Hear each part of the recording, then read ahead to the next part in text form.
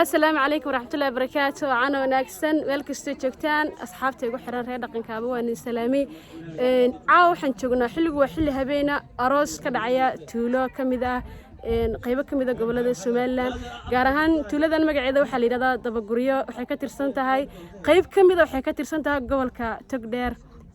halka dhanka kalena ay ka tirsan tahay ismaamulka Soomaali galbeed haddaba caaway halkan waxa ka dhici doona aroos dhaqameed ah horta meeshu waa tuulo laakiin sida halka inta kaga muuqata waa dhaqankeena ama dhaqankii miyiga maadaama aloolada halka uga jeedaan marka halkan waxa ka dhici doona aroos dhaqankii aan ka marnayn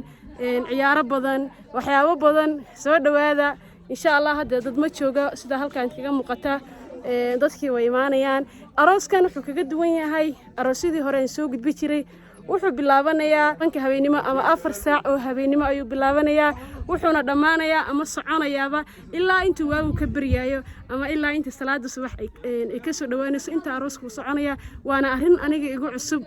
aroosidii hore aan arki jiray miyi iyo magaalaba waqtiyo hore ayaa lagu kala dareeri jiray maalintii ayayna bilaabi jireen haddaba halkan ma sha Allah halkan cusub ku soo dhawaada iyo halkan wixii caawa ka dhici doona walaalaha qaaliga igu xiran sida u jeedaan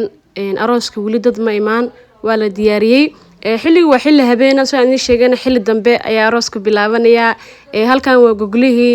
meeshana waa meel loogu talagalay aroosyada xaafad ma ahan meelaha magaalooyinka kale hoolalka laga kireeyo hoolalka aroosyada loogu talagalay laga sameeyo halkan meeshan waa meel samaysan waana bilaa lacag magaalado dhan ama tuulado dhan ayaa aroosyada lagu dhigaa magaalada magaceeda hadii aan ku celiyeen waa Dabagoryaale markii hore magaca inaan qalda ayaan rajeynayaa laakiin waa Dabagoryaale oo dhanka koonfureed ka xigta Hargeysa kaleena markii hore Hargeysan ka soo degay marka sidaan ay meesha ama madasha arooska lagu dhigay oo qurux badan tahay arooska isla arki doona balcaa waxa la soo bandhigo waxyaabaha ugu badan ee anigu aan daneynayna arooska waxa kamid ah ciyaarihii iyo dhaqankii gabyadii hadii lagu soo daro waan arki doonaa soo dhawaada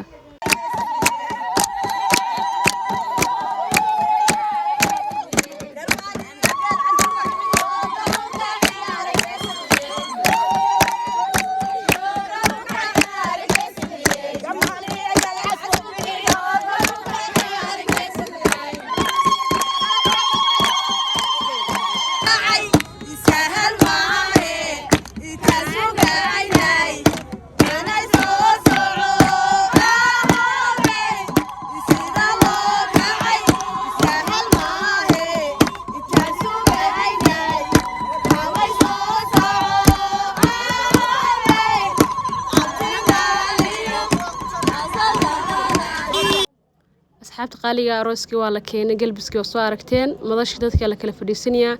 waxa la salaamaya arooski aroosadii malxiiskii malxiisadii gaafkuna mar dhow noo bilaabanaya la socosho wanaagsan